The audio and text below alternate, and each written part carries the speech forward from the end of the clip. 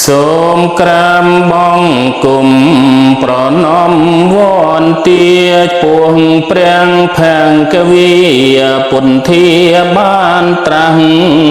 ធម្មនិយាមទំនៀមល្អល្អះ30មុខច្បាស់ខ្ញុំសូមពរនាមួយរិញជួយភពជាតិគ្រប់ចុងក្រោយបារមីនាំឲ្យដឹងពើវេលាទ្រង់យាងកាន់ផ្ទៃស្មារតីល្អជាដឹងខ្លួនគ្រប់គ្រាក្នុងគមមេត្តាពីគឺព្រះភក្ត្រវលៈក្នុងគស្មឹងស្មាតក្នុងធម៌បវកាយាព្រះភក្ត្របែបទុយពីខ្នងមេត្តាឆ្ពោះតីភ្លឺថ្លាមេត្តារំពៃ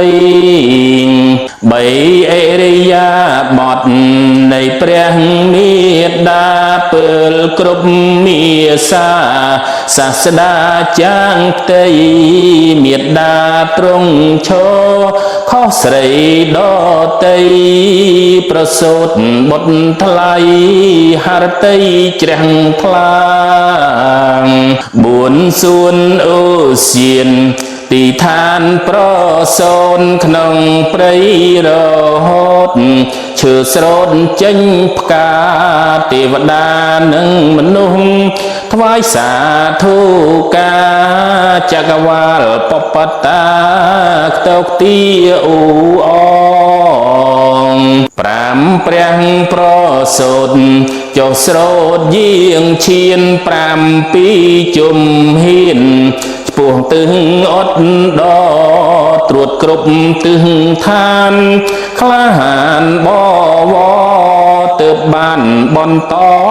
បន្លឺសីហនេត